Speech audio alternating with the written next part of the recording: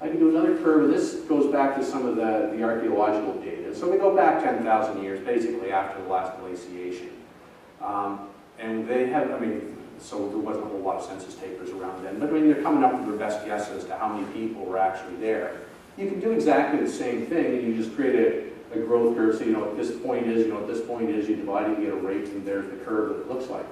When I do that, it gives us two different, very different lines. All of a sudden, it's not sort of exponential growth anymore. It looks like this. And whether this is right or not, I mean, it's just simply conjectural. But the point is that if I was looking at this as a stock portfolio or something like this, this looks like a bubble, right? This whole increase in population. So, I mean, you know, you can think a couple thousand years ago, it probably wasn't just as easy to get food as it is now, right? Or perhaps have, you know, the survival of children and all the rest of the things that go on.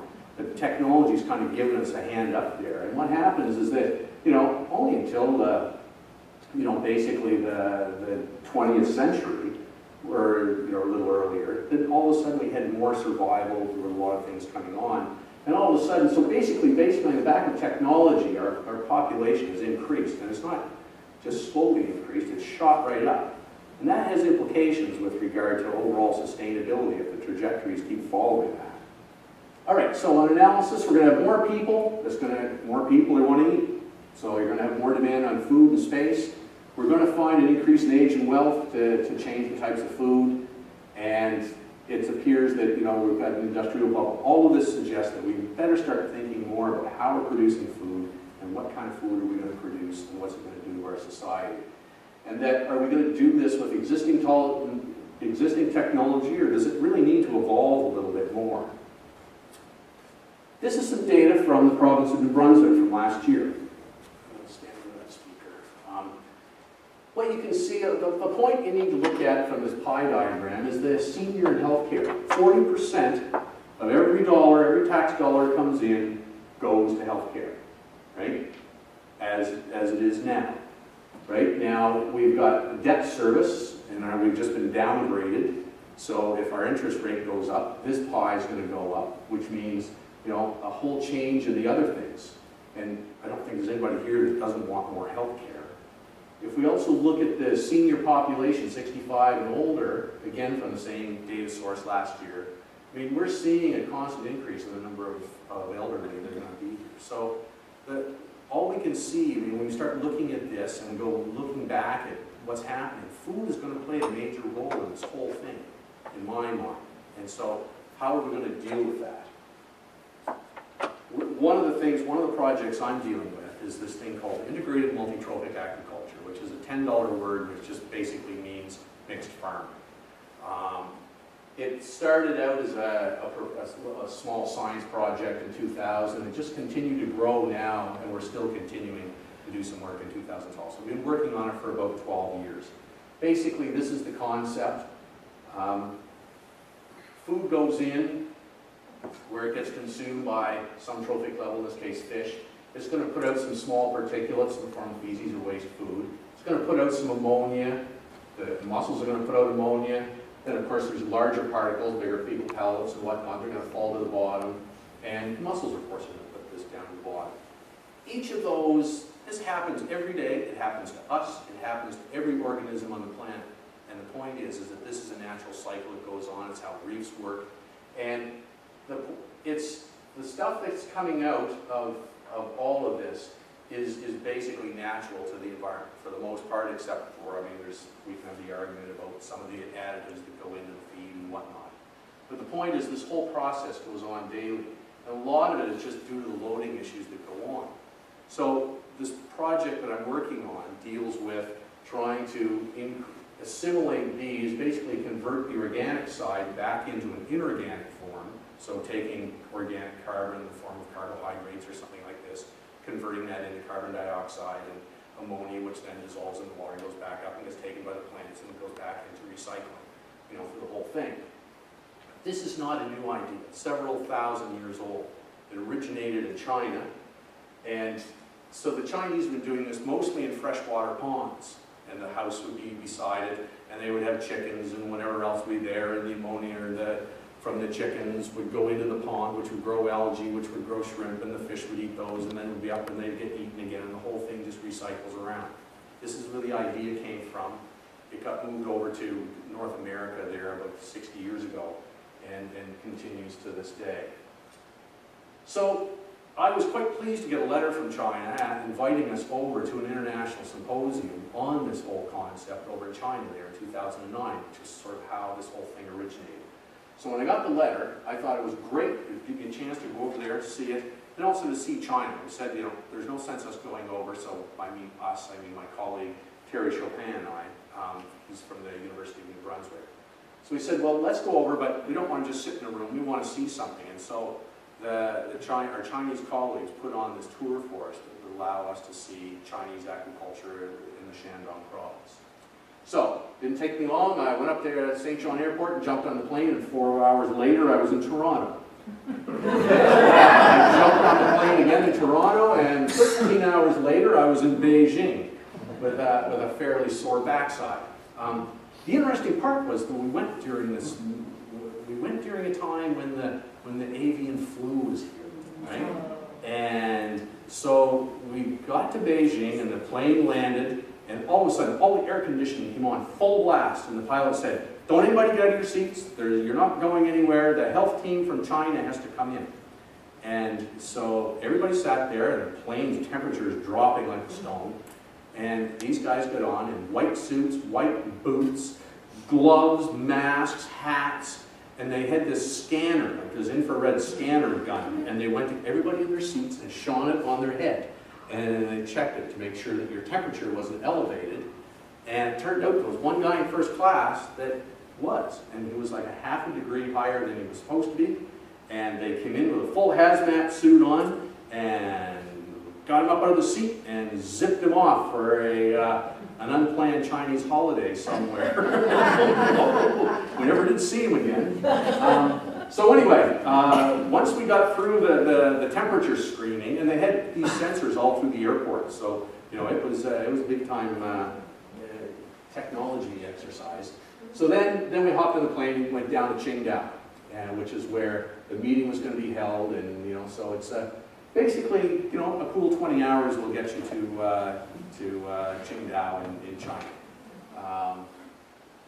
It's just a few facts. I mean, China's not much smaller than Canada. It's only about 4% smaller by total area. So it's about the same size.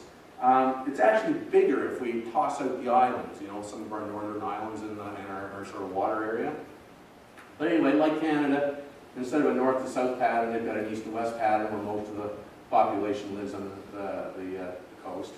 The interesting part is that cities are really where it comes. You know, we think about Toronto as being a big city, not in China. I mean, Toronto is, here's Toronto, by far and away our largest city. It's maybe a medium-sized city in China. So when we talk about cities, you know, we have a huge amount of people per kilometer. If we just take the total number of people in China and divide it by the surface area, remember the country's about the same.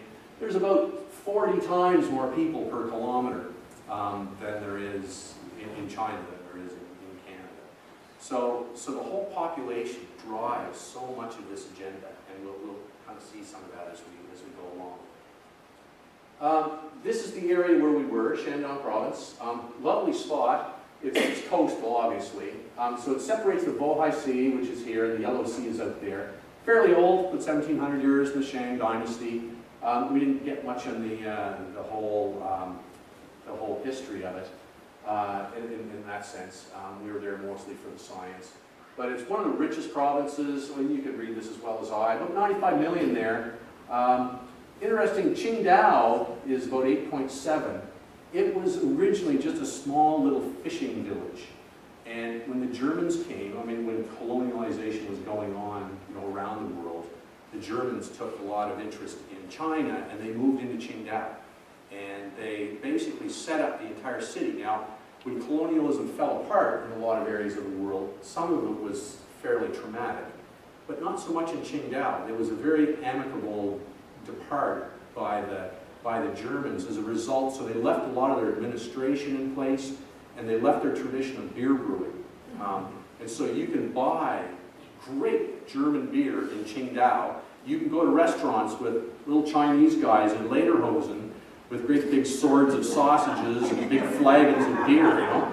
And so, but it's interesting that they kept a lot of those traditions and then just built the Chinese cultures and traditions on top of that. This is what it looks like going in. The airport's very new, very trendy, very modern, easy to get around, very efficient. This is a shot of some of this is a shot of just some of the places. Now I'm in a taxi here going through Qingdao. It's an interesting experience going in a taxi in China in general. I think overall that the Chinese are probably much better drivers than we are, but in a non-linear sense. The Chinese drive over there more like a fish school. So, you know, the first thing, you know, we were joking, the first thing that wears out on a Chinese car is the horn. Because they use the horn a lot, and that lets people know where they are and what they're doing.